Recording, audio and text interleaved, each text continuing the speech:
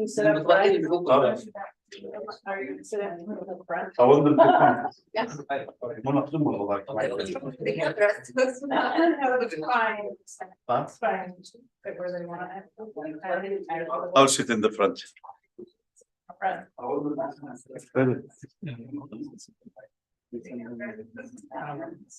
You had it open. He's trying to open it.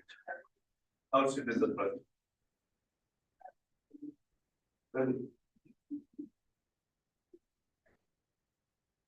He's trying to open. Sorry, Sarah, for the. Okay.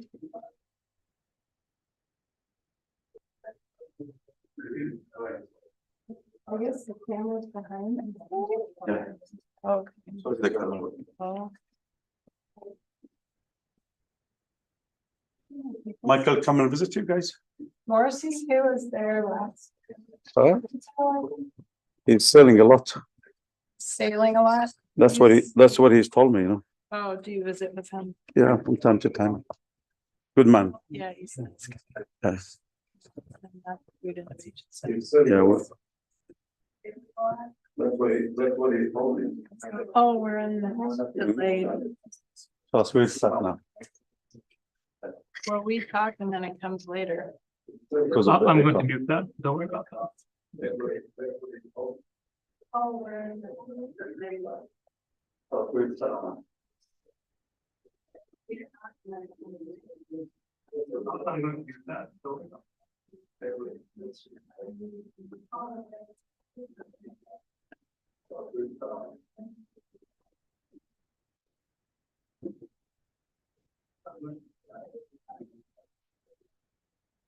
Didn't know if you had to turn that way. Yeah, we're turning down.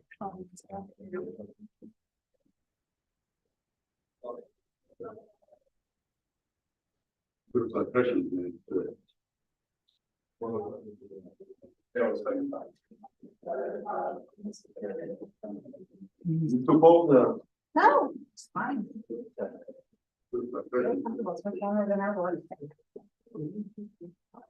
Seems to be there. Let me just get rid of the other.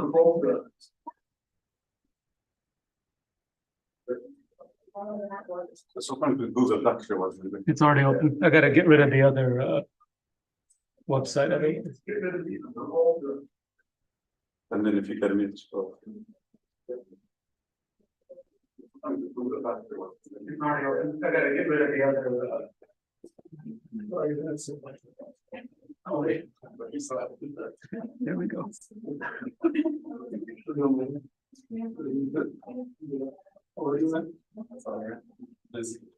Should we start? Okay.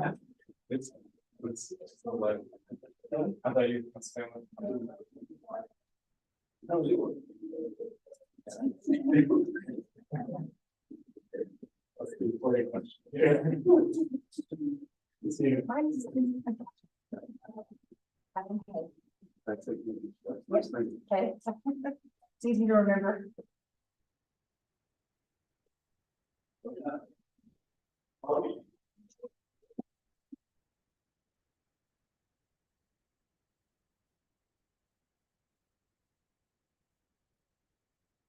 There you go. Yep. Huh? There you go. So thank you, everybody. Thanks to those that attend in person, those that are online. We welcome Sarah Masoni. She's the Director of Project and Process Development Program with the Food Innovative Center. And also accompanying with Sarah is Kathleen Hay with the Food Innovative Center. We're very thankful for Sarah. Thank you. And Catherine and the whole Food Innovative Center. We have a relationship for almost now 15 years since Michael Mercy and before that. And we hope to create the new entrepreneurs. Yes, Thank you, Ms. Sarah. thank you. Appreciate it. Let's give a welcome, Oh, big welcome. thank you first of all for inviting me here this evening. I want to just tell you a little bit about myself. I've been working in the food industry most of my life. My father was a food science professor in Minnesota. And I would go with him on lectures out in rural Minnesota to teach food entrepreneurs how to make cheese. And so from a very young age, I was out with him sitting in the back of the room, pushing the button on the slide projector when he would say, next, next. And then I went all through my high school years in Minnesota and came to Oregon to go to Oregon State University, where I started in the food science department. In my sophomore year, 2 of my professors died. And I thought, oh, I don't know if I want to be a food scientist if they're all dying. So my girl brain at that time said, maybe I should take some art classes. So I actually changed my degree into a degree in art. So I have a Bachelor of Science in Art and a minor in food science. And so what I've done with my degree is work in the creative side of food product development. In 1987, I took my first job at the Blue Heron in Tillamook, which is small, it at the time had a small cheese factory there. And I was making brie cheese for them. And I got to go and meet the guys at Tillamook Cheese and would grade cheese at Tillamook, because when I was in OSU, I was the #1 ice cream and butter judge in the nation. So I trained to become, I understand all the defects in dairy products, and that application transfers over into all food products, because when we taste something, we always taste it and say, is this good or is this bad, right? There's kind of nothing in between for most people. And many people have this, about, well, 20% of us have what's called like a palate that is very sensitive. And if you can taste bitter flavors, you're probably one of those people that is a super taster. And I'm a super taster. Some of the highlights in my career, I've been at the Food Innovation Center now 23 years. On Saturday will be my 23rd anniversary. Congratulations. And I, in 2018, I was in the New York Times on the front page of the food section. And that week, CBS Sunday Morning called me and said, hey, we want to feature you on CBS Sunday Morning. So that November, I was on CBS Sunday Morning. I've been on the BBC Worldwide talking about flavor. And I had my few minutes of fame right after that, and then COVID hit. It blew everything up for me. So I'm not really that famous anymore, but it's fun to talk about it. But today I'm here to talk to you about. Today will be big time. Yeah, big time famous again. But the Food Innovation Center, our main goal there is to help people create value-added food products. So about 40 years ago, the dean of the College of Agriculture and the gentleman that was in charge of the Oregon Department of Agriculture said, hey, wouldn't it be cool if we had an innovation center in the city so that we could help people create value-added food products. Oregon is famous for all of the food that we grow. And most of that food gets shipped to other places to be made into what we call value-added food product. So whenever you take raw ingredients and you make something out of it, like a cookie or a sauce or strawberry pie or whatever it is, like you're adding value to that original food chain. And that brings economic development to the state, because we're creating jobs and we're creating a product that we can sell across the state line, which actually then in turn brings money into the state, which is really important for our economy. In recent years, Oregon's actually been hit with some losses in food processing. And you've probably heard about it in the news, like NORPAC, which is one of the largest like green bean processors, maybe even in the world, went through some hard times. We used to have a couple canneries down in the Salem area. All of those have closed. And so now we've had this new revival in the last 20 years. I like to take full credit for it because I've been at the Food Innovation Center, but there's a revival of small artisan manufacturing. And that's why you're here today with the meeting. So let's see if we can go to the next slide. Ooh. What do you think? With the IT guy.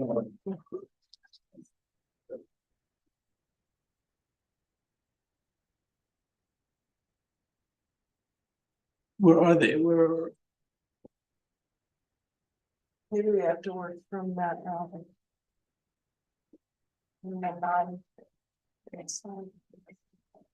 don't know Well, what's here's the the- software here. I don't Okay. think they have, oh, there we go. So I wanna first talk about idea. So all of you, I'm sure, have ideas about what you would create if you were gonna start a food company. And we actually talk about idea with the word ideation. And there's different things that you can think about when you're coming up with a food product. You need to have a focus on the ingredients that you're gonna use. If you're gonna create a food product, you need to make sure the ingredients are available. It's very difficult to start a food company with some specialized ingredients, and then suddenly somebody wants to buy a truckload, but you can't buy those ingredients. So you want to start by considering the risks associated with the food that you're choosing.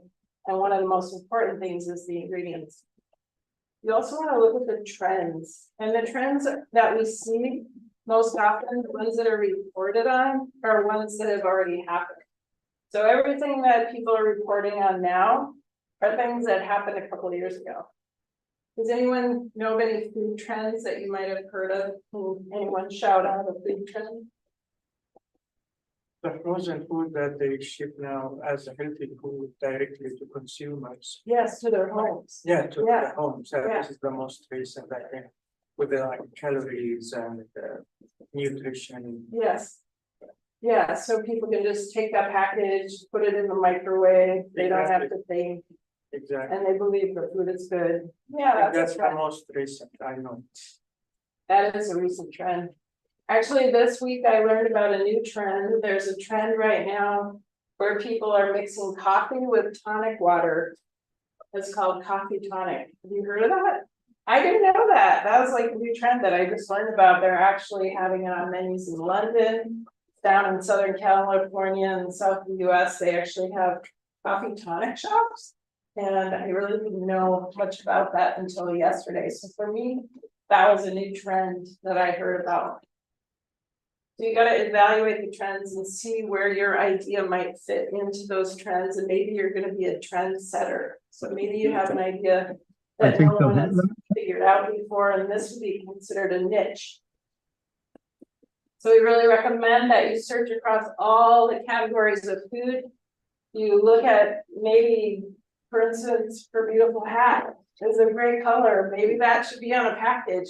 You can look in the perfume section and see what colors they're putting together and what shapes of bottles they're making. Are those things that you should be also putting into food? So you can search across categories for ideas. Niche, find the niche to be filled. What's missing? What is it that people need, and how can you fill a niche?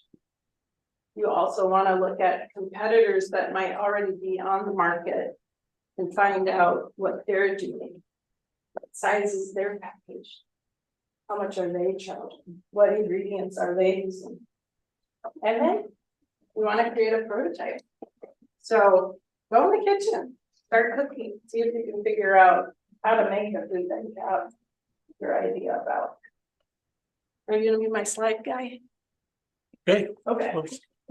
So understanding your food category, this can really be done in the grocery store too. So if you're gonna do a sauce, let's talk about ketchup, because everybody knows what ketchup is. Ketchup is a tomato sauce that has vinegar and some spices and some sugar. And so if you were gonna do a ketchup, you could go to a big grocery store like Safeway or Fred Meyer, and you could learn all about the mainstream ketchup. Or you could go to New Seasons or Zucans or maybe People's Market, which is a natural cooperative store, and you might find a huge variety of ketchups. What you want to do is maybe buy all those ketchups and take them home and taste them. Look at how much they cost, look at what size package they are, how much are they selling it for, and all of that stuff, and start to collect information about that category so you can see where you would fit in with your idea.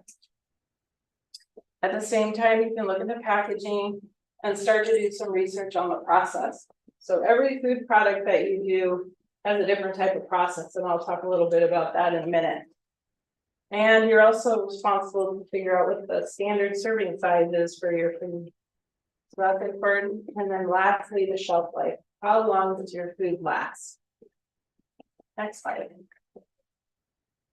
But I'm just going to talk about some of the categories of food that people would generally be interested in. Canned foods are becoming very popular right now.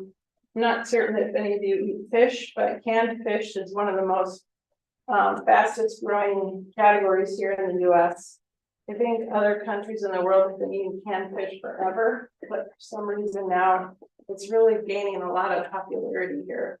I understand that in Europe, in Paris, you can go into a store and it's floor to ceiling canned fish. So you can get all kinds of fish.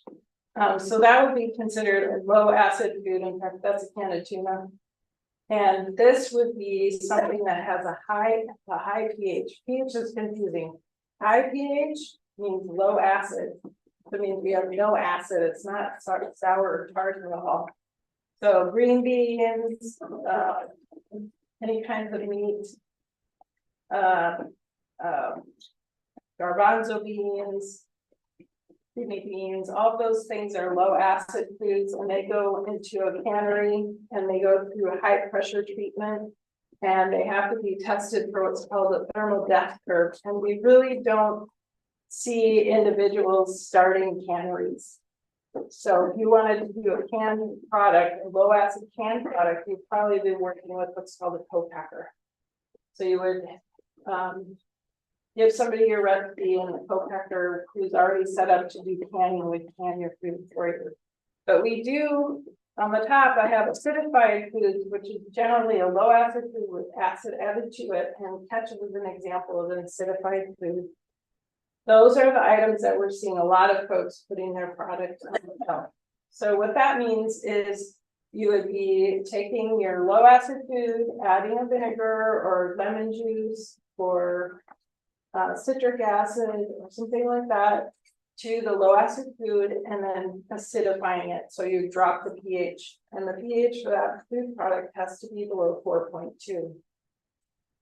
The barbecue sauce there, The pH is preservative. pH is the level of acid. Does it?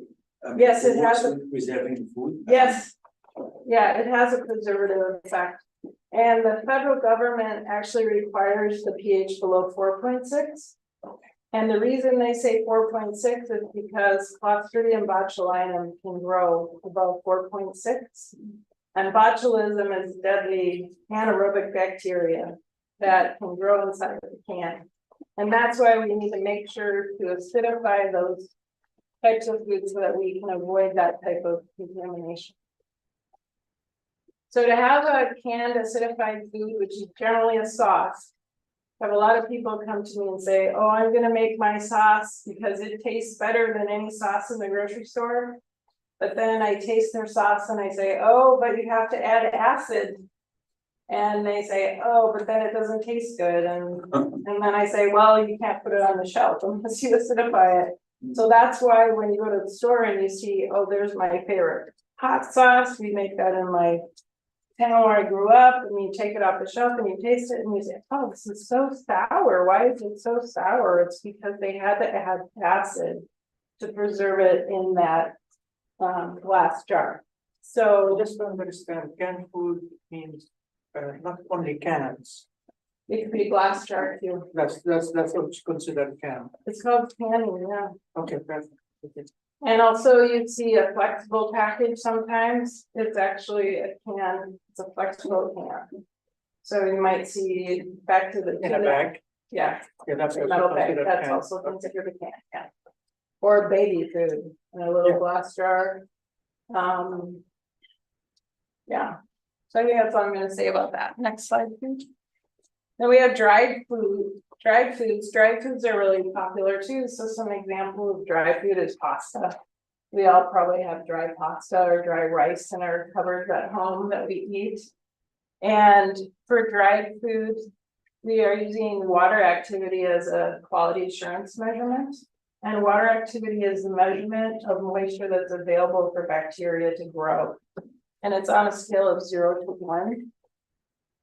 So for something like the pasta, dry pasta, the water activity of dry pasta is probably 0.2. So it's so dry, nothing can grow there. So it's considered to be a relatively safe food. There's not really a lot of hazards in dry foods if we keep that water activity down closer below 0.5.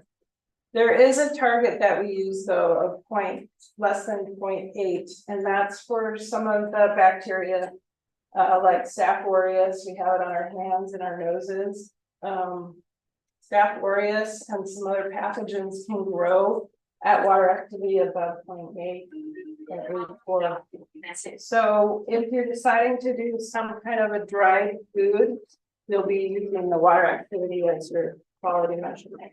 Next slide. And we have frozen foods. We all love ice cream, right? And freezing is a special technique when we're manufacturing food. We always want to freeze something very fast because the smaller the ice crystal inside the food, the higher the quality of food. If you freeze something very slowly, we get really large ice crystals. It just doesn't taste as good. Have you ever left your ice cream out after the birthday party and it kind of starts to melt? And you put it back in the freezer and it never tastes the same? That's because those ice crystals started to grow and get bigger as it was warming up. And that really degrades the quality of the ice cream. So for ice cream, once we make it in the ice cream maker, we always want to freeze it below minus 25 Fahrenheit. So you have to put it in a very, very cold blast freezer. And in all other types of food manufacturing, that's freezing product, we generally call it IQF, which means individually quick frozen. So if you're creating a food product and you're going to use frozen vegetables, you would call the supplier and you say, I need IQF green beans, I need IQF onions, I need IQF tomatoes, whatever the vegetable you're looking for, they'll understand that you need individually quick frozen. Those are generally frozen with nitrogen, and they're frozen very fast, and they're frozen at a very fresh point in their shelf life. So they harvest the beans and they wash them, they cut them, and they freeze them immediately. So a lot of times frozen vegetables and fruits are actually the highest quality fruit and vegetables you can buy, even fresher than stuff you buy at the grocery store. So that's kind of what frozen foods are about. Some people will say, oh, frozen food distribution is really expensive, you might not want to do that. Could be true. Could be true for you. It's generally expensive if you start an ice cream shop and you want to sell your ice cream to people on the other side of the US.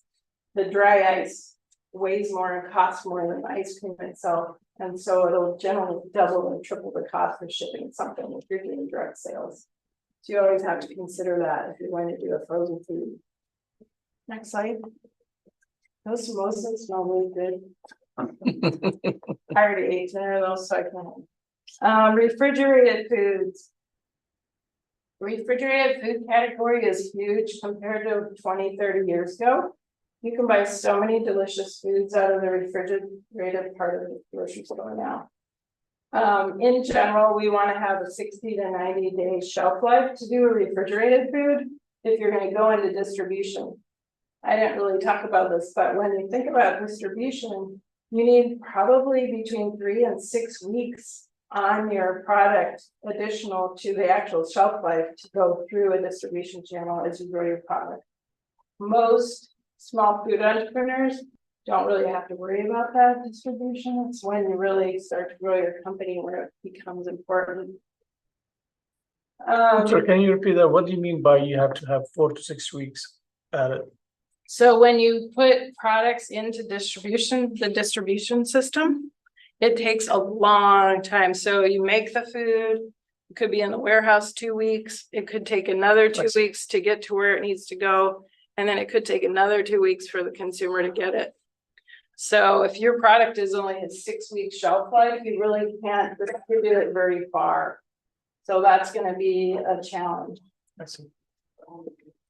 In refrigerated foods, I always like to tell people they should adjust their pH down, so you do wanna use acid and.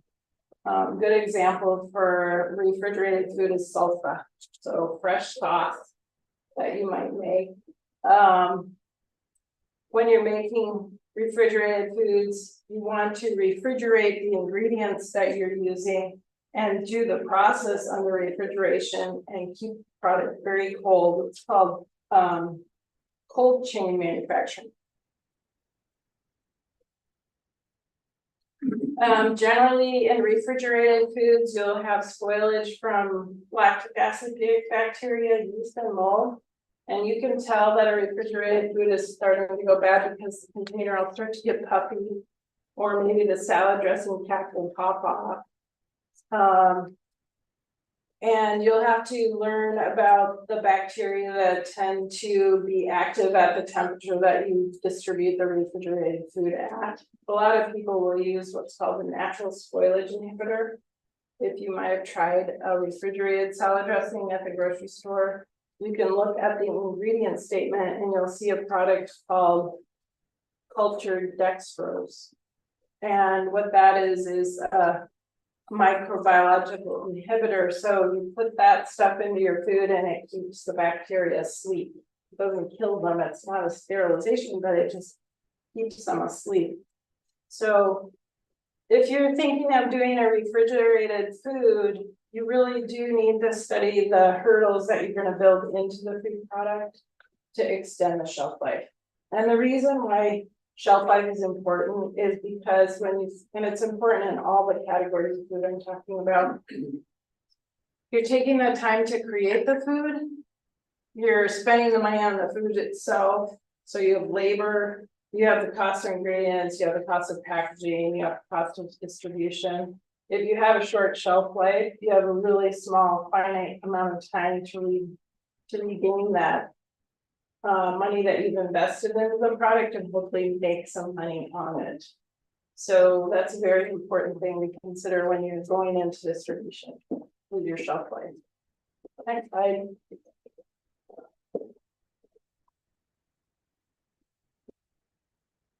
Baked goods.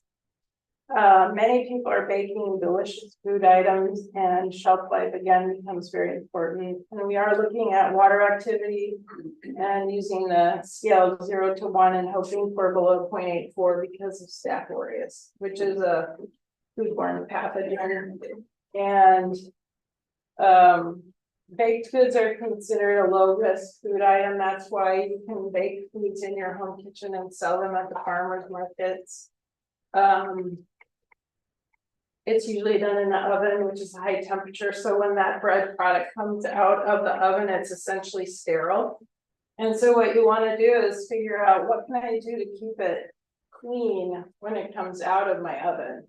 So if you're baking bread in a large bakery and one area you're mixing and you're dumping flour into the bowl, where does the flour go besides the bowl? Where else does it go? There. Into the air. And then you have hot bread coming out of the oven. The flour lands on top of the bread. And a couple weeks later, wherever the flour landed is where the mold was. So when you have a bakery, what you have to try and do is limit the amount of airborne flour while you're bringing your stuff out of the oven. So there's a little bit of a learning curve there. To extend the shelf life. There used to be a guy here in Portland, was Joe, and he had a bread company called Joe Bread Foods, and he had a very long shelf life on his bread products. When they were still hot, he would put the bread into the bag, so the hot bread would kind of sterilize the inside of the bag. I would think, wow, wouldn't that make it wet? But what actually happens is the moisture comes out of the bread, then it goes back into the bread. And so he was able to have a really long shelf life. The thing about shelf life is there's no book written about shelf life. So every food manufacturer has to learn their own shelf life based on the study of what they're doing and the collection of data. And most often people will use a food testing lab to help with that. We do help people with shelf life studies at the Food Innovation Center, but we also have a lot of food testing labs that are certified here in the state of Oregon. That help people with shelf life studies and testing of their food on a regular basis. So if you're gonna have a food manufacturing facility or a plant, you're gonna have to have a relationship with food testing lab. Do you have a question? Do the Food Innovation Center recommend, the consultants, to establish your bakery? In terms of the equipment and other stuff. Yeah, so for the bakery industry. So really what our group does is we help with formulation. So if you come and work with us, we'll help you make sure that your formula or your recipe is ready to go for manufacturing. And then there are consultants here in Portland area for bakery. I would say Atlas Bakery. Okay. Have you heard of them? Yeah. They probably are the lowest cost way of getting help with something, but there's a engineering firm here and I think they're in Tigard called Covert Engineering. And they will help Covert, C-O-V-E-R-T, Covert. And they have engineers on staff that can help you design any kind of food processing facility that you want. Essentially, so if you're interested in that kind of information, we can help direct you to the right people. At one time we consulted with Dave's Bakery, Dave's, but they sold it now, I think. yeah, yeah. Next slide, please. Thank you. So that brings us to formulation. So I always say that you're going to build this business, you need to know exactly what you are making. And that really is the formula of your food product. Many products that we help people with start with like a grandma recipe or some secret sauce that you come up with. And a lot of times people are like just eyeballing it. Like, mom, put a handful of this in and 2 scoops of that and a pinch of this. So if you're trying to record a grandma recipe or a mom recipe, what you want to do is just work in the kitchen with that individual and have a scale. So what you do is you intercept before they throw it in the pot, you make them put it on the scale and then you write down exactly how much it was. And then you can record that information and create a ratio so that you have the formula. And other kinds of recipes. So I don't know if you all eat chocolate chip cookies. Does anyone here eat chocolate chip cookies? Definitely. Okay, so we all kind of know the recipe for chocolate chip cookies, right? It's 2 sticks of butter, 1/3 of a cup of brown sugar, 2/3 cup of white sugar, maybe an egg or 2, a teaspoon of vanilla, 1/2 teaspoon of salt, however many chocolate chips you want to put in there, and some walnuts or something. So we would have to take those volumetric ingredient measurements, so a measuring cup or a teaspoon or tablespoon, and we need to convert those to a weight. So you're gonna actually measure it in the cup, put it on the scale, and then write the weight down. And then you also have to go from something that's maybe kind of vague, like you might say, oh, set the oven at 325 and bake for 7 to 15 minutes, depending on your oven, and stuff like that. And also as a food manufacturer, we have to establish our own quality standards. So we talked about water activity and pH. Those are the quality standards you can build into your manufacturing process to help you make sure that every time you make it, it comes out the same way. So you also use this formula so that you can make larger quantities of the food and you can make it accurately. The next slide, please. So this is an example. I don't know if you can see it very well, but basically the first column is the list of the food ingredient. So this is chocolate chip cookies. So there's flour, baking powder, salt, butter, sugar, brown sugar, vanilla, eggs, chocolate chips, and nuts. Oh, my list, I forgot the baking powder. So first we have the amount and then the unit measure, And then finally on the end, we have the gram weight. And it's really difficult to read the far end of the slide, I'm sorry, but we have the slides here and we can share this with you so you can study it later. But basically, this is a kind of an Excel chart that you can create to use your computer and it'll help you do the math. Next slide, please. And once we have those weights, then we change it over to a percentage. And in this case, it's a percentage of 100. I actually like to have a percentage of 1, so I don't have to do that extra calculation. So you can either have everything either up to 1 or 100. You can use weight in grams, you can use weight in ounces, you can use weight in pounds. To do this work, you just need to make sure that everything is weighed in the same increment so that the numbers come out correct. That will give you also the nutritional values and the calories of the finished product when you have this in grams. Yeah, so what you can do is take that and put it into a database and it will calculate that for you. That's correct. Yep, absolutely. Next slide. The other thing too with that information, you can assign the cost per pound or gram or ounce of each food ingredient. And then you can calculate out the actual cost of your food product using that formula. So here's an example of a bag process, maybe something similar to a recipe written on a piece of paper in a drawer in your kitchen. And then let's go to the next slide, please. And this is a much more detailed process, essentially telling you the same thing. So it's talking about the type of oven we're using. It's talking about what the dry ingredients are, what the wet ingredients are, how the ingredients are combined together, what the moisture loss is, and what the water activity is for the food product. Next slide. So what are the hurdles? The hurdles are those things like pH we talked about in the acidified foods, water activity in the dry goods, and actually the refractometer measures the percentage of sugar. So ice cream, we would want to know the percentage of sugar. Maybe if you're making barbecue sauce, you need to know, or jam, where we have standards of identity that we have to meet. So if you're making jam, for instance, it has to be 65% sugar so that you can call it jam. Next slide. And any kind of sugar. Yeah.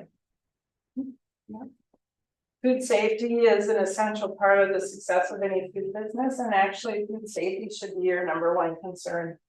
As a food processor, artisan maker of food, if you make somebody sick, it'll certainly shut your business down. Have any of you ever heard of a food recall? Yeah. Yes. Lots of times food recalls happen not because of the artisan maker, but because of the ingredients supplier. So you could be using somebody's black pepper who has a high bacteria count, and it could throw your product into a recall.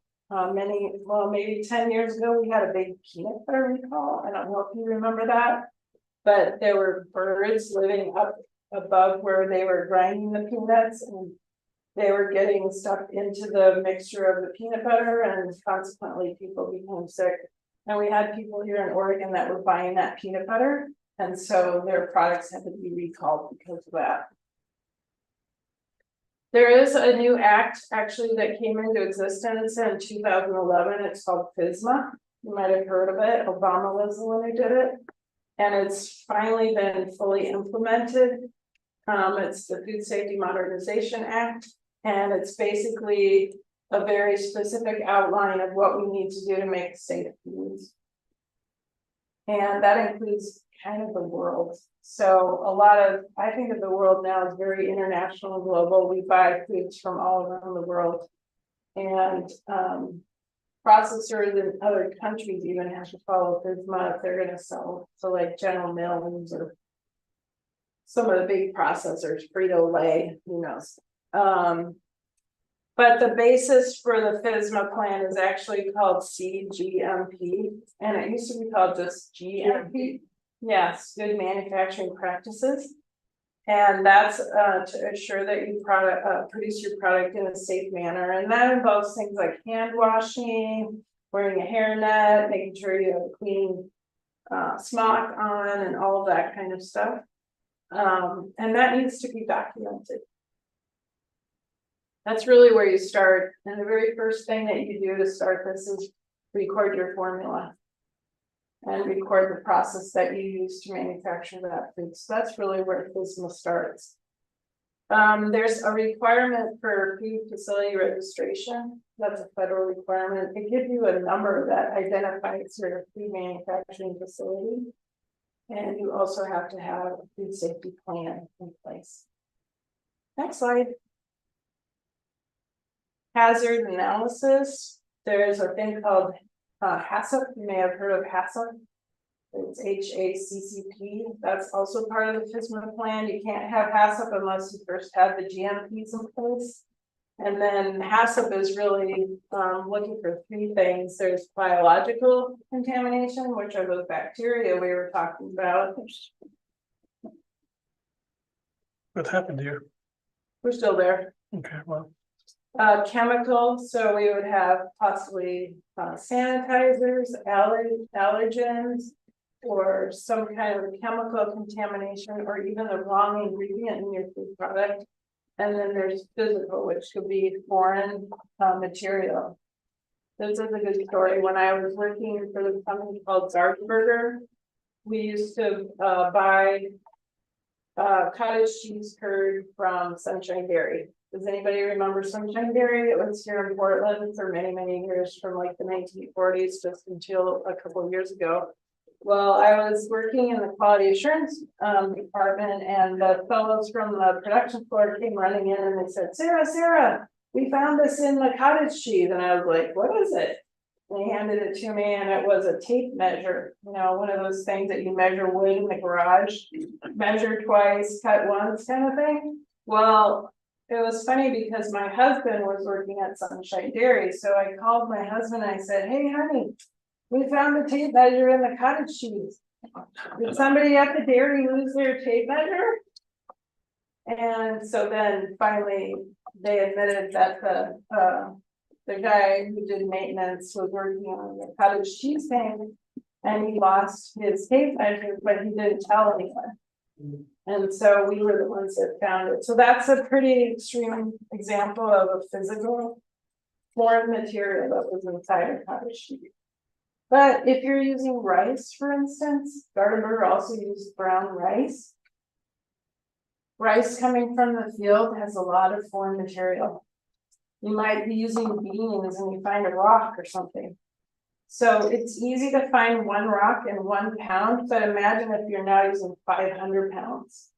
Are there 500 rocks you need to find? Possibly. You might actually have to have a sorting system to make sure that your food product doesn't have any metal or foreign material in it.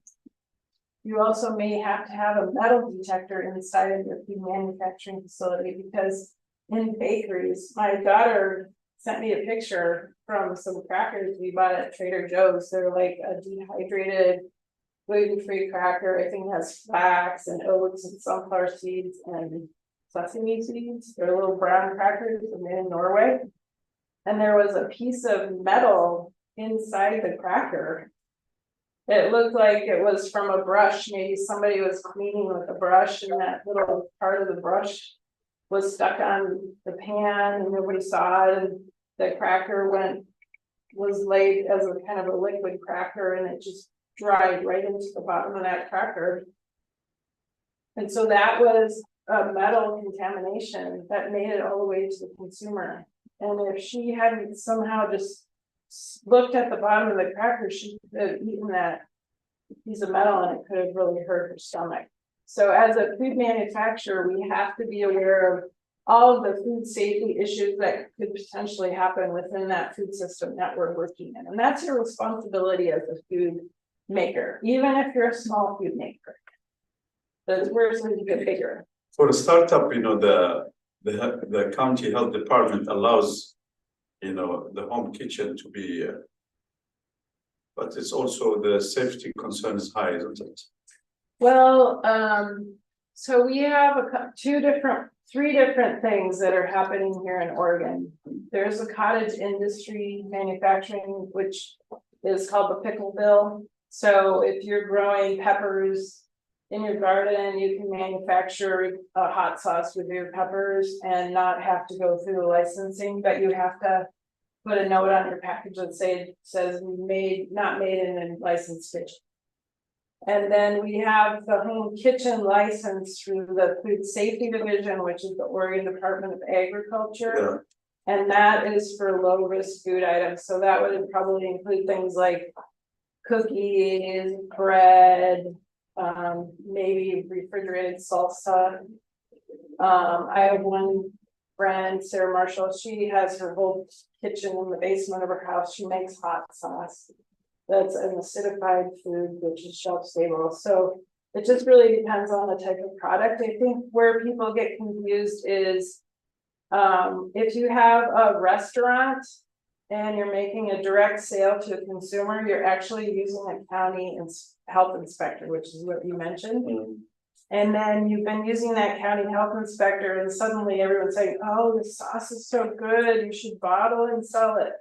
Well, the state of Oregon, which is the Food Safety Division, and the Oregon Health Department, which manages all of the county inspections across the state, have made a decision. If we already have an inspector coming into this restaurant, we would prefer that that inspector be in charge of that commercialized product.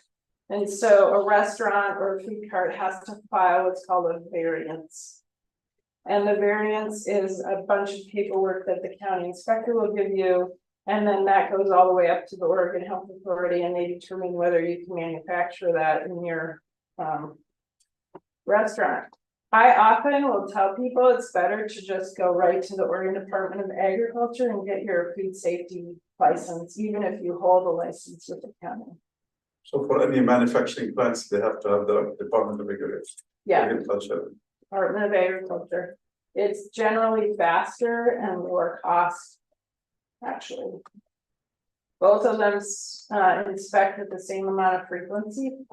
And if you have the Oregon Department of Agriculture license, you can sell across state lines.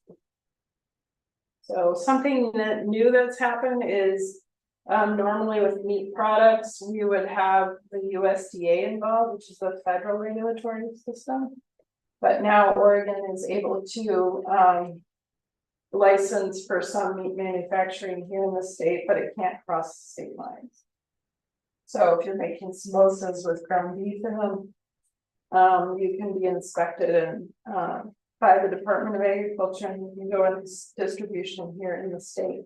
That's something new. Can you go to the next slide for me, please? Thank you. So as a food manufacturer, we kind of talked a little bit about all these things. So you're setting up, they call them preventative controls. So every time you make the food that you decided that you're going to be making and selling, you do it the same way. So that your nutrition label is accurate, the consumer gets the same food every time, it tastes the same, the color is the same, the flavor is the same. And then you have these controls depending on the type of product that you're making. It could include temperatures, times, holding temperatures, you know, and then the different hurdles, pH, water activity, Brix level, and then of course sanitation and allergen controls. So you're also responsible to understand the allergens in your kitchen. I don't think I have a slide on it, but does anyone know what it's 9 allergens now, it used to be 8. Does anyone know what the newest allergen is? Sesame seeds. So I think we have milk, wheat, eggs, fish, shellfish, nuts, peanuts, sesame seeds. There's gotta be one more. Mustard. It's not one of them, but it's a seed, but anyway, there's 9 of them. If you just type in what are the allergens. Soy, that's it. Yep, soy, exactly. So you have to put that on your package. Let's see the next slide. Food safety, again, you just have to monitor and check those controls in your process and have a corrective action. That's part of the FSMA plan. And then you have to do their verification with temperature and pH meter, other testing tools. So if your oven goes down and it's full of your bread, you have to have some kind of a plan. How are you gonna fix the problem of the oven going down? Does that mean you take the bread out of the oven? Do you leave it in the oven? Do you throw the bread away? You have to have some kind of a plan if something goes wrong. And then you have to keep records of everything. So you have to have some kind of a record keeping system. It can be on a computer, it can just be on a piece of paper. I would say that you want to keep track of where it's made, who's doing the work, what time it was, and you have to have a lot code, which can just be an expiration date on your package, and that should be recorded on a piece of paper that says, on this day, I made 100 cookies, and they're expiring 2 weeks from today, on December 15th, 2023. And we ask that you keep records for 2 to 3 years, depending on the type of product that you make. Next. Also, you have to have a recall plan. So if you were manufacturing peanut butter cookies and the peanut butter went into recall, you would have to know how to recall all those cookies that you made. And it seems kind of depressing to think about all this stuff, but we just like to have people know up front. And I think it's actually really seems like a lot when you first hear about what the responsibility is. But as you go through it, it's just like when you first learn to drive a car. Oh, when I'm going to turn right, I have to put the right turn blinker on, or when I'm going to stop, I have to put my foot on the brake. It's really no different than that. It's just that you're learning something new that you need to incorporate into your. Do you have different levels of recalls in food industry? Yes, there are different levels of recall, but one of the things that changed with FSMA is they're mandatory now. Prior to FSMA, they were voluntary, and now the federal government can come and say it will be recalled. So it's a little bit different.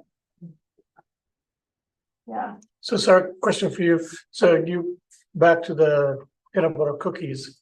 So if you make cookies from Jeff Yeah. and Jeff recalls their peanut butter, you have to recall your cookies that you sold as well. Yeah, so in your records, you have, every time you use a food ingredient in your record sheet that you're creating when you bake something, you would write out, I use Jif peanut butter expiration date, and you know, when you turn the package over, it has code on it. You just write that code down and have that on your paperwork. And then that paperwork ends up being a controlling document for you. I just recommend, if you're a paper person, I'm old enough now that I still think I need a piece of paper. Many people use computers, they don't use paper. But I would just have a 3-ring notebook, and I would stick my oldest piece of information in the back, and then as I produce stuff, just bring it to the front. And just as a your own sort of peace of mind, what you can do on your invoices that you send out, you can record the expiration dates that you send out on your invoices. And that's how you would track where that food product went. So if your peanut butter cookies got recalled because of the peanut butter, you would go back to your batch sheets, you would look, did I use the codes that are in recall? Hopefully, no. And then you wouldn't have to have a recall, but if you did find one batch sheet that you happen to use one of those peanut butters in recall, you would have to make your best effort to get those cookies back. And the only way that you could kind of figure that out, if you were selling in the distribution, would be if you had recorded those lot numbers on a piece of paper. Now, if you're just selling cookies at the farmer's market and people are buying them and eating them, I'm pretty sure you're not gonna be able to get those cookies back. So you just have to have a good understanding of the type of food product you're making and what's the possibility of you actually being able to recall it. So just something to be aware of. Nutrition labeling. So 1991, I don't know who the president was, but they decided that all packaging should have the same kind of nutrition label on it. And actually it's called the Nutrition Facts Panel. Have you ever looked at the Nutrition Facts Panel and realized that they're all formatted the same way? Well, no one really inspects the information that's in the panel, but they can inspect the format of the panel. And I actually asked the inspector one day, I was like, who reviews this information to tell us if it's correct? And they said, nobody. So it's really, the food industry is what we call self-regulating. So it's set up so that they are given information, and then the expectation is that we'll follow those rules. Because if we do things that are against the rules and we go into a recall, we're 100% responsible, right? So it's set up so that we learn what the federal government has sort of put in place and the state food safety groups have put in place to create safe food products, and then we follow those guidelines. And we hopefully have products without any problems. So one of the guidelines is that you, not in all cases, but in most cases, are required to have a nutrition facts panel, an ingredient statement, and an allergen statement on your packaging. And many small food processors are exempt, and you can file an exemption from nutrition labeling on the Nutrition Labeling Education Act website. You just go on there, fill out some paperwork, and then it goes somewhere and you never see it again. But at least you did the paperwork. One of the things that does occasionally happen in the food industry is that there will be a complaint filed. Quite a few years ago, there was a company called Pirates Booty Popcorn. Has anybody heard of that company? Yes. They claimed that there was no cholesterol in their cheese popcorn. That's good. But somebody in the snacking industry saw that that product line was doing really well. They bought the package, they looked at it, they researched it, they probably sent it to the lab to see if there was any cholesterol, and they found there was, and then they turned them into the FDA. And that's what triggered the recall. It's kind of frowned upon in the food industry, and generally we work collaboratively with people, and mostly I've only ever seen it happen when somebody comes up with a great idea and they're not really well informed, and their company grows so fast that there's just something they missed and something's wrong with packaging, like Pirates Booty didn't have cholesterol in the package. So that threw that product into recall. But for nutrition analysis, you can use a database, which takes us back to that formula. It really is great if you have all of the weights recorded inside of your recipe, so that when Catherine, our dear Catherine over there, she does our nutrition labeling at our Food Innovation Center, she will send you a worksheet and fill it out, send the data to us. You don't have to send your food product. And then that gets put in the database, and then we give you the nutrition facts panel, the ingredient statements for you to put on your package. One of the things I highly recommend is that you have your packaging evaluated by the state Department of Agriculture Food Safety Division for accuracy. I have a good story about that. I was working with Umpqua Oats, which is they started probably 18 years ago down in Umpqua, Oregon. It was two moms, their kids were playing soccer and they wanted a quick way to give them oats on the way to the soccer field. So they started putting oats in a cup with raisins and peanuts and all sorts of stuff. And you just add hot water and then you have a cereal. And so they got their first packages printed, but they made a mistake. They said that on the front, you have to have two measurements. You have to have the metric measurement and the English measurement. So in this case, it should have been grams and ounces. And the package size was 2.7 ounces, 57 grams. Their package said that it was 2.7 grams. And they didn't say anything about the ounces. Well, obviously they overfilled the package because they said that it only weighed 2.7 grams, but it actually weighed 57. So they weren't going to get in trouble for that, but you are responsible in your packaging to make sure that you do put the exact weight of product into the package. You can never underfill. So back in the 1980s, when I was just out of college, the Department of Agriculture went to all of the dairies in Oregon. And they pulled the milk jugs. And anyone who had an underfilled milk jug got into an article that was published in the Oregonian. Saying, oh, don't buy the milk at Alpenrose, they're only putting 8 pounds of milk in there, and it's supposed to be 8.4. But that's the way people used to do business, they would just like put it in the newspaper. But basically, that's just to put in your head, oh, I better make sure if I'm saying it's 5 ounces, it better be 5 ounces. Just can't be under.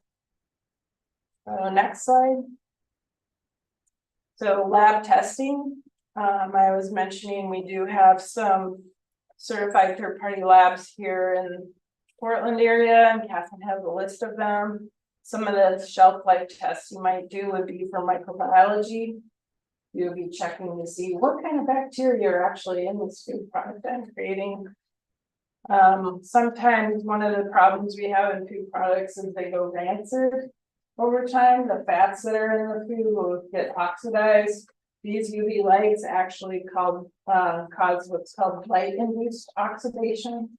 If you ever go to the grocery store and you look at all the tomato sauces and some of the jars look kind of orange instead of red, and you take and shake it and suddenly the color is back to red, that's because that sauce that's sitting next to the glass, getting the UV light, is getting bleached by that light.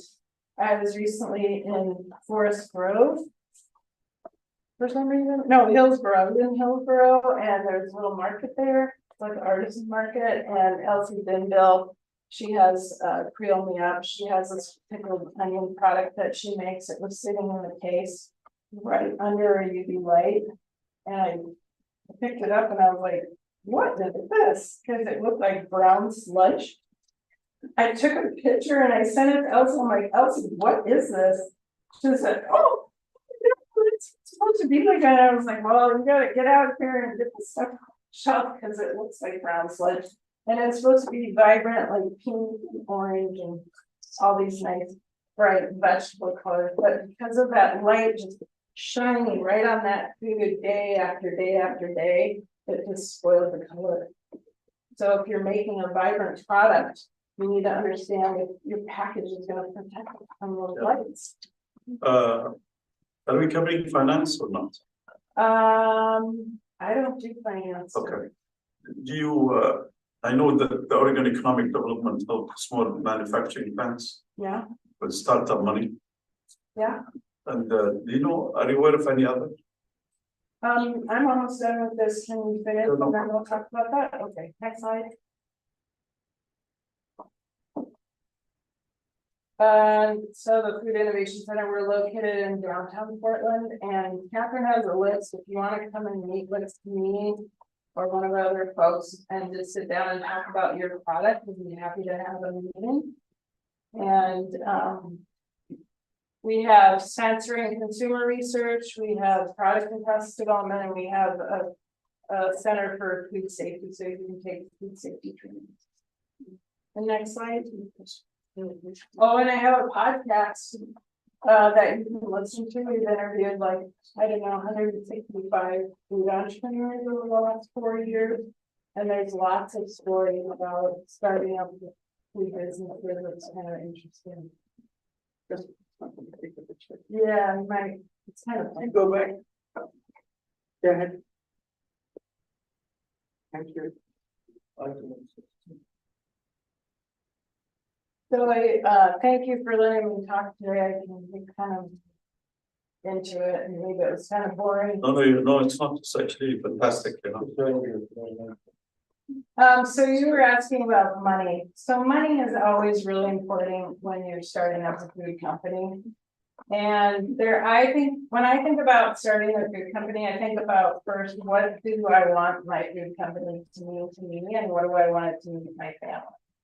So a lot of times people think about Silicon Valley, like, oh, I need like $1 million or 7 million or 50 million, or, you know, think about Beyond Meat or Impossible Foods, like all the money that went into that about what 4 or 5 years ago before COVID. That's what happened to that. It's all crashed, like, it's a disaster now. It was all speculation, people got sick of eating that food.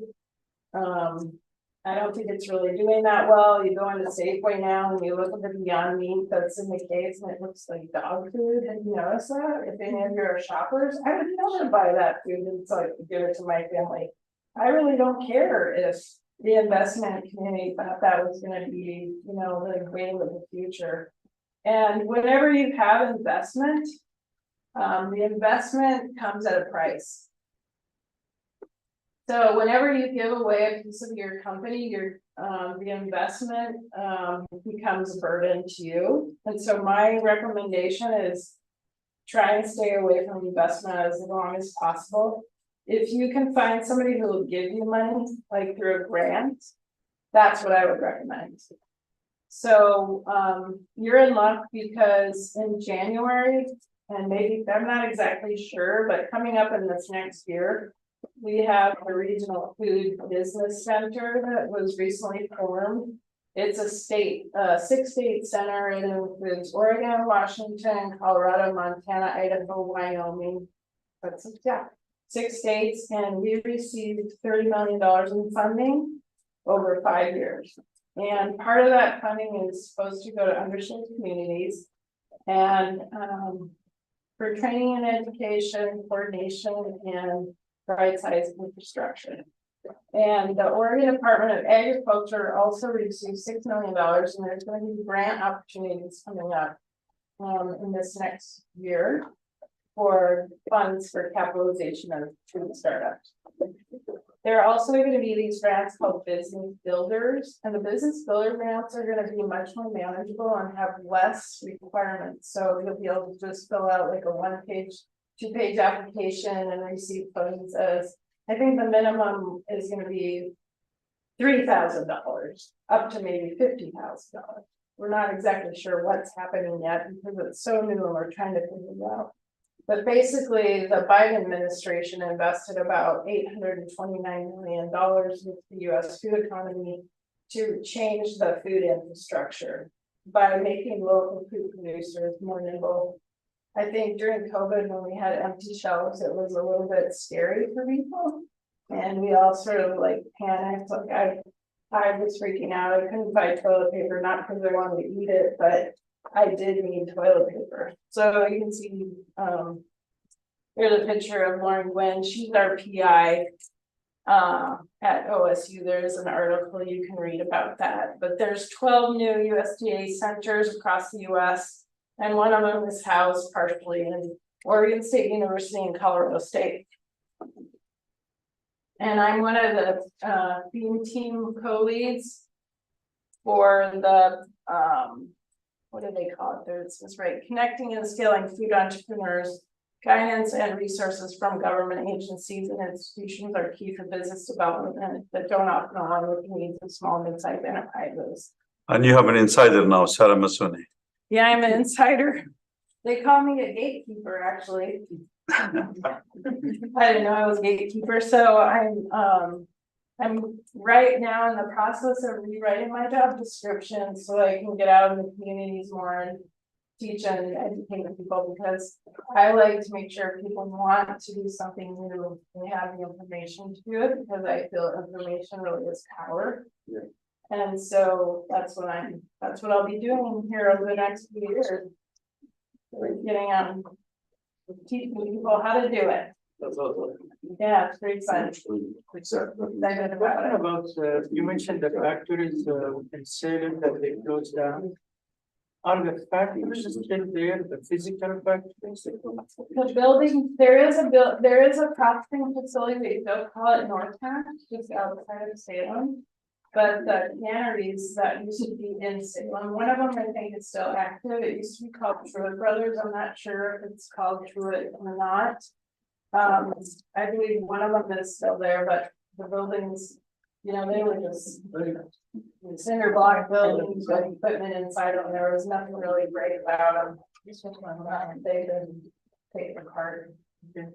Another question, you mentioned that if you are doing refrigerated items, it has to be manufactured under refrigeration. It's better, yeah. Like, so if you are cooking a meal, you know, a hot meal, and Mhm. in the market, it's sold as refrigerated. Mm. So that's just cooked hot. Yeah, so what you do, there's a process called hot fill super chill. So what you wanna do, those trays. I would wanna put, if I'm making something hot, I would put it into the tray hot. Mhm. Everything I would wanna put into the tray hot. Put the film on it. And then chill it down really fast, maybe not freeze it, but maybe bring it to 36 degrees Fahrenheit, whatever. So you hot fill it and then you super chill it.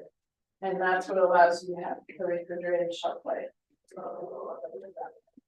And then last one, do you, are you involved in food deserts in Oregon? Like, you know, where are the food deserts? We do know where the food deserts are, and there is information available on that if you're interested in that. I can connect you with some people. But I don't specifically work, I mean, I work with people in food deserts. In fact, I think I live in a food desert in Milwaukee. There are food deserts all over the place where there just really isn't an easy way to get food. You have to get in your car and drive to get food. That's a food desert. Yes. And if you need any business help here, we do help here. And we have resources to help for, or we can direct you to individuals that can help you. Here means the Muslim Education Trust. Do you have the shared use kitchen here? I was asking. But you don't have it right now. We have a certified commercial kitchen, Yeah, but there was some abuse we don't allow anymore. okay. Yeah, so I was wanted to tell you, speaking, there's a group called the Food Corridor. Yeah, Have you heard of it? yeah. I can post that for them too. So if anyone's interested in starting a shared use kitchen, there is this group called the Food Corridor, and it has been moved, and it's a system for managing shared use kitchens. And they count people coming and going, and you have your own account to schedule time in the kitchen, and then there you go. Right there, Food Corridor. And I just want to let anybody who signed up that is interested in further communication with us that it's gonna be January before we are able to schedule anything. December's kind of booked already. Yeah.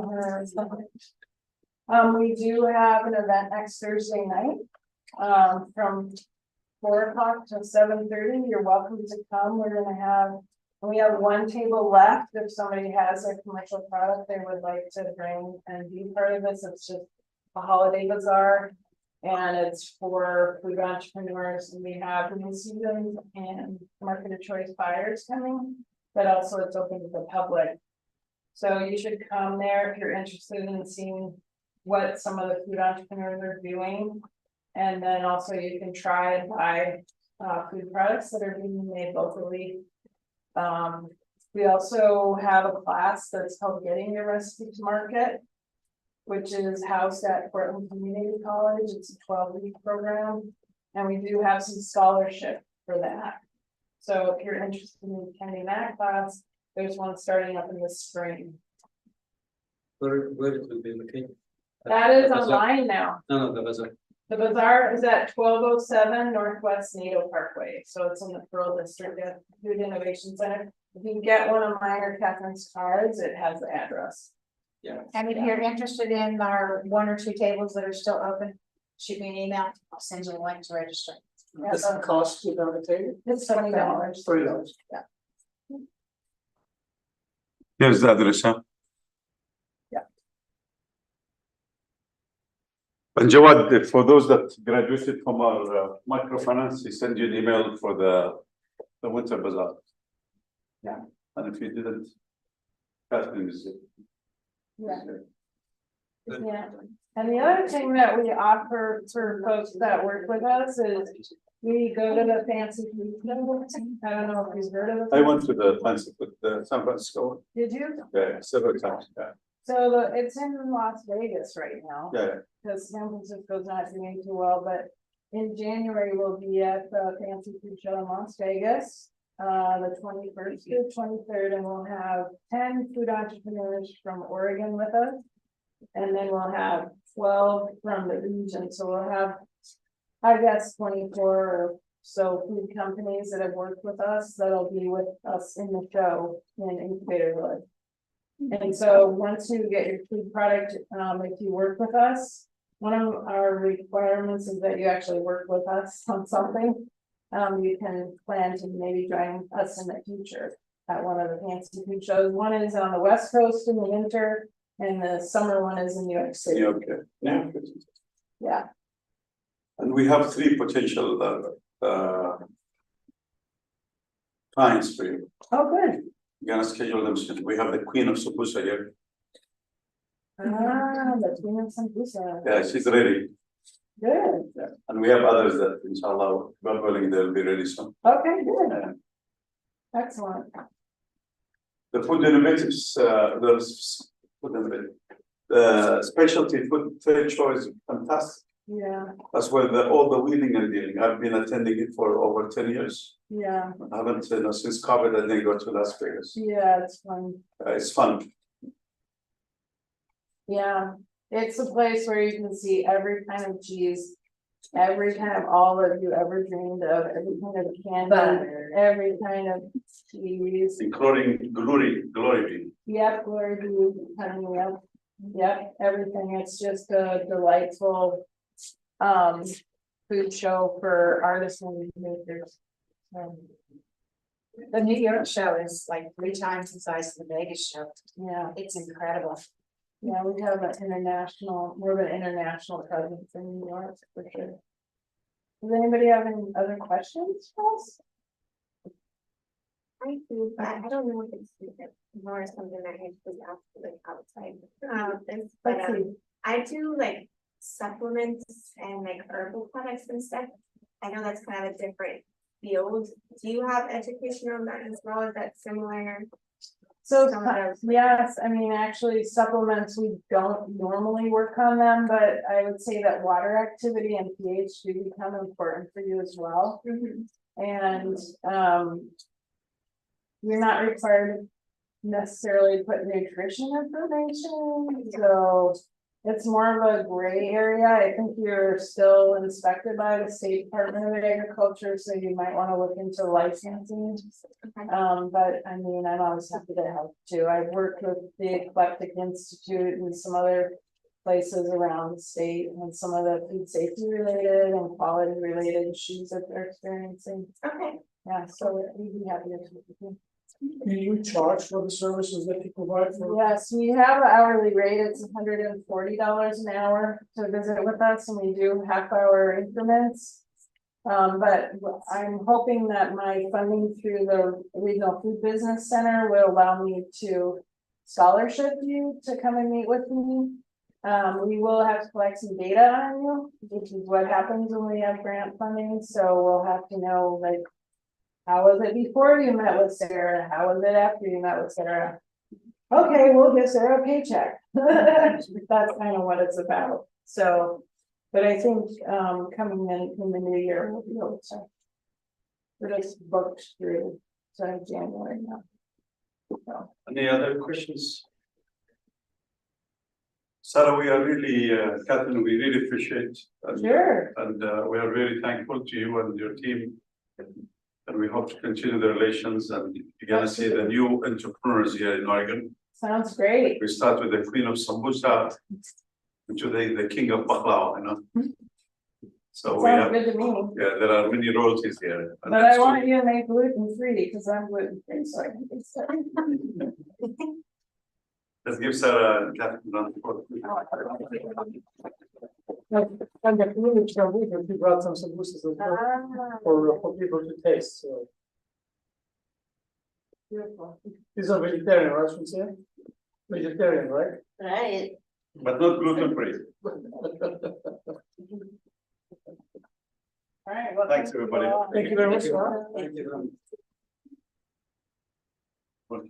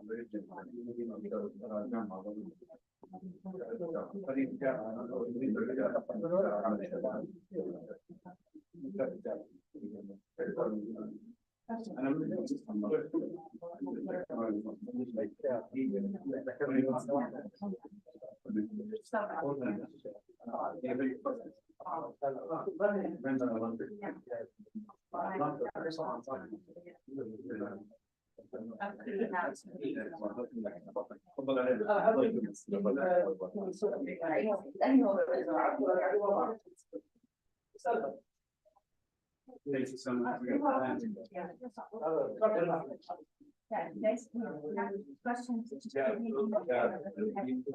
Looks like. Right now, so. My One of the things I learned was that it? what Sarah has. That's it.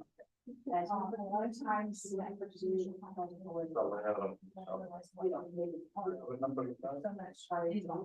Come visit, not tomorrow, but next week. We can help you in the. When I first started out, some. People, where do they get this? And then I'm like, a lot of times it's just like, maybe they have, you know, maybe they have a kid in high school. Maybe they wanna make something. that they- One of the fathers, one of the fathers. I'm gonna tell you, someone says that my sister, There's Queen. catches. I'll read that. that's And it. there's a cell phone. I did it, but I'm sure. Yeah. Oh, Sorry. You know, it's from here, from Roma. I mean, music, because I think the city of, Nevada. Not just- I think we were saying something about some dinner, Yeah. right? Like, And that is just, that's a really brand new thing, that regional business center. And that's. It's still kind of like.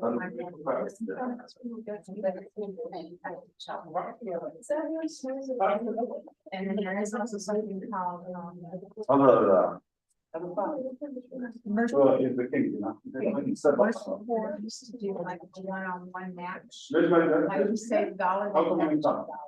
$1. That kind of, I don't think so, that everything changed.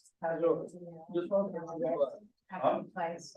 But I told me. But it never hurts. Every possible.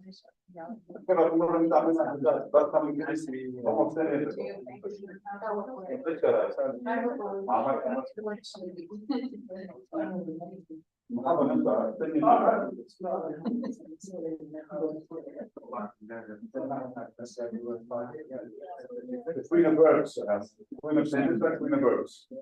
And the king of flower. Is there a drink? What is the drink? No, I'm the.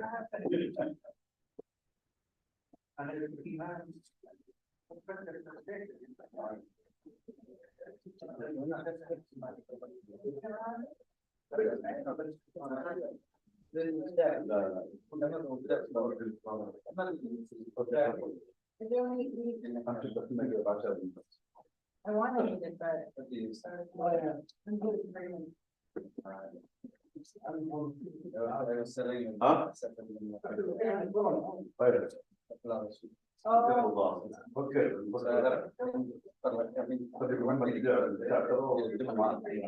that would be a miracle. We should come up with it when it's pretty baklava. Why not? There's a flower called, to make the logo, it's big. There's a flower called Kudo. It's attached, it's actually like what it's starting with, it's really pizza. Right? And I haven't done it, I bought myself a big bag of it, so I can make pizza and focaccia at home.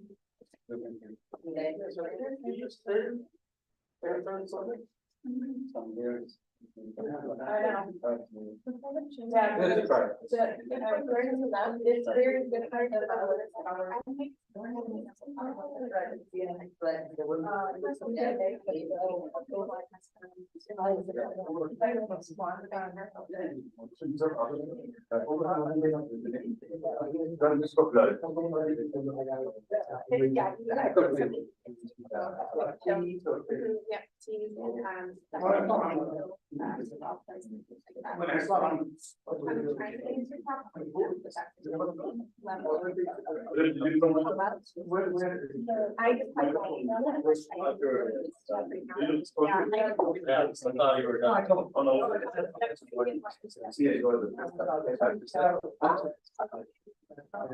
That's awesome. You have your own like, You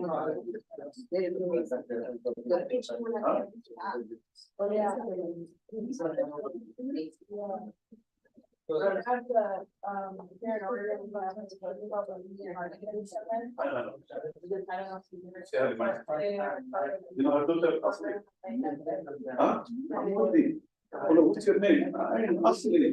Who are you? I am just here. Did I meet you before? Yes, many times. I don't have portrait. I have to say thank you, but I don't have room. Ready to go? I was stopping at the Can you take something on? hold on. I can definitely take one. You are really the best millionaire of the future.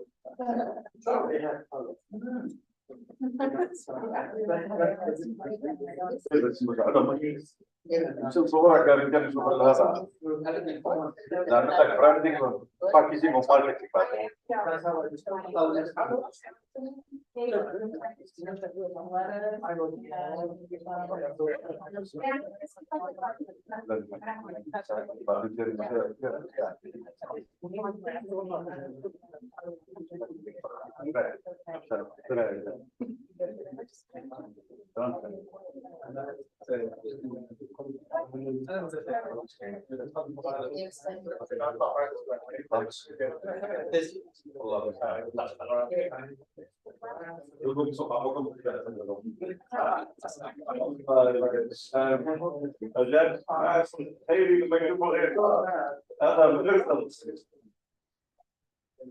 Well, I'm fantastic. well, so I wish I could have more.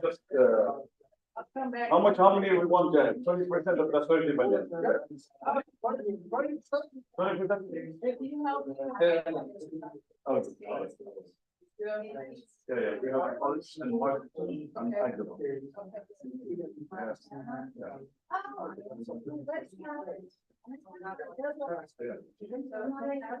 I don't know, Washington.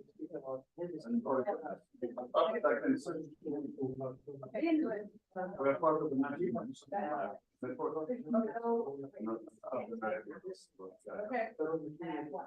You know, the fire and So when you look at We did just talk. No, just.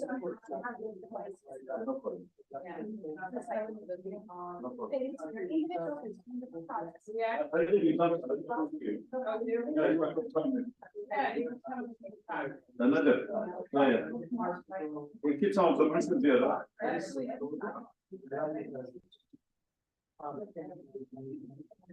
هذا ما تمشيش عايزك هذا برضه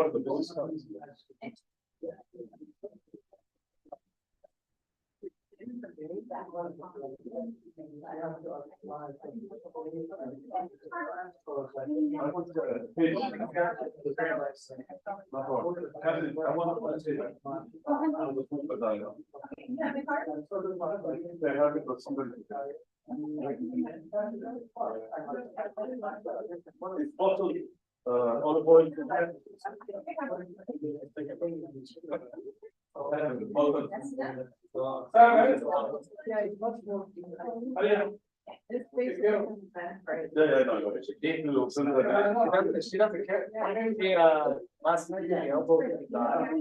No problem. I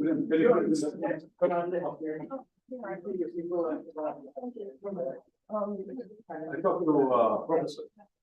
How far are we? I talked to that.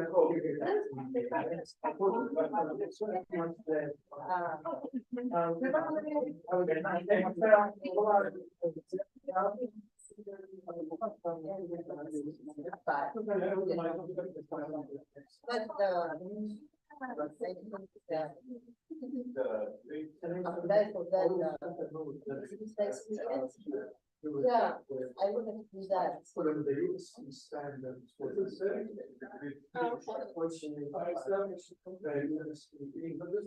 We got apartments,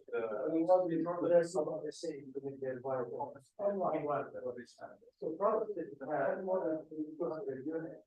I think not 300, not 250. But I know that they established, what, this or but you can do it, but you will be cost. So it's not that, I'm not a policy. You're with it. I had a meeting on that. See, I talked to him today, and he said, so the parties are. I'm excited.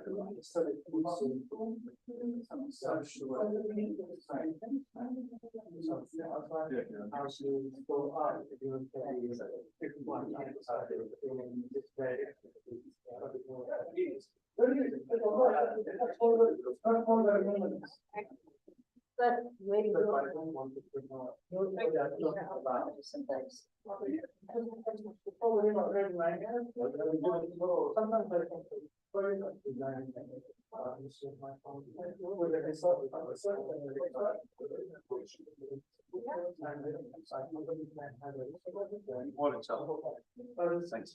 Either you home or money.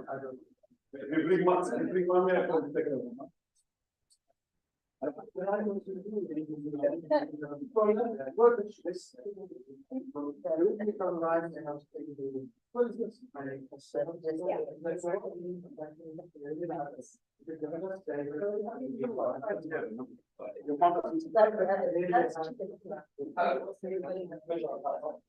get to one, street programs that, so I'm trying to get into The state is I wanna have a piece. study. When I do some study and I'm not gonna do that. It just بالطبع تذكر على المنطقة التشريعية. Sister Shamsia, you are the best sambusa maker, والله العظيم. We're gonna جاهز meat and Armin and Mariam. Mariam is a good writer. Armin is a good designer. We're gonna meet and with. Don't forget this.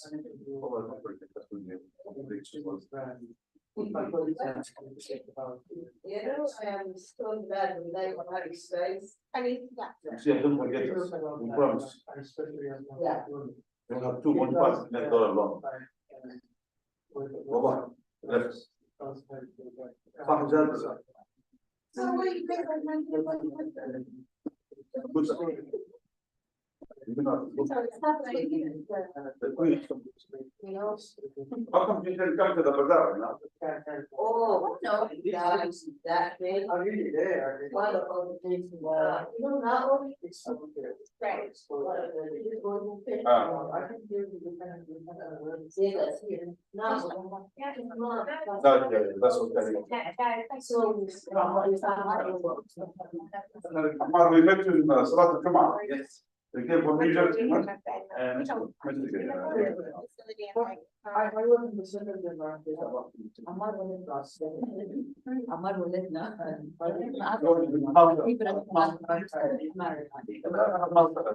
ناصر من زمان ناصر ناصر راجل ناصر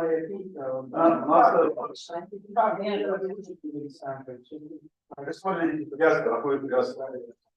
And we put some samples and we put our team. الامور انت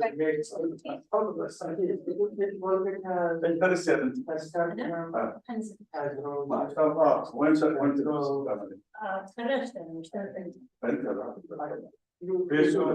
Yeah. ابوها درس في السجاد ابوها خرج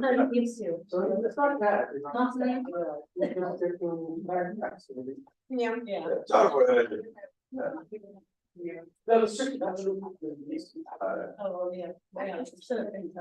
كان رميته واحد شاب يجلس مع البخاري ابو مسعود لا انا من الثمانينات انا اي انا دارس في الاردن كونتي مع من في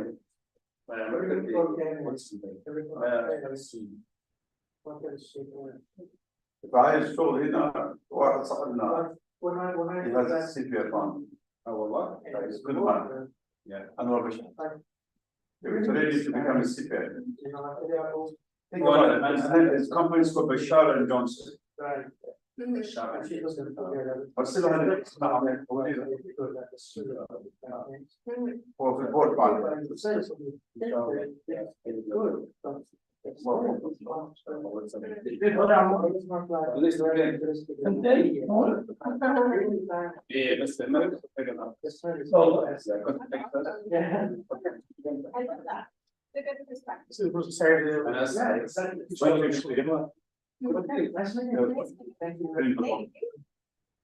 I'm Trump.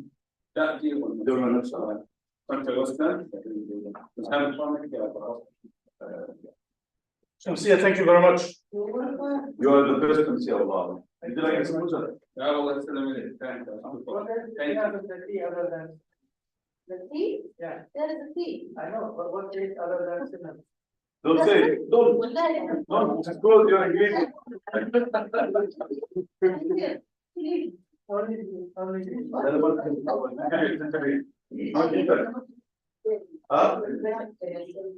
But I have. Thank you very much. Okay, Haji. بعد البارتي أتذكر ولا لا أنا دكتور ناس يعني الجو والله كان الموت نعم لا كان هذا نعم احنا هنعمل لك الحمد لله مع مكتب فاين وكان الرمزي مقصود ماشي لا واشنطن دي سي كم سكند مان كمان ما طول لا is a promotion but I don't think it's social enough and you'll do 1 year and then decide to come back كان هذا ان شاء الله قبل ما نطلع من لو سافر زي كذا ها لو نعمل سافر زي كذا يا الله يا رب ما ادري لو انا نعمل سافر زي كذا يعني ان شاء الله انا كملنا كم خطوه من الرئيس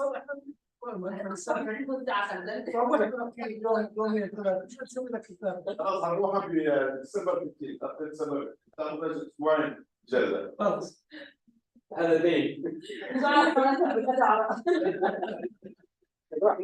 السلام عليكم السلام عليكم انا تعرف كده ممكن دليل اور هوبس ليش لا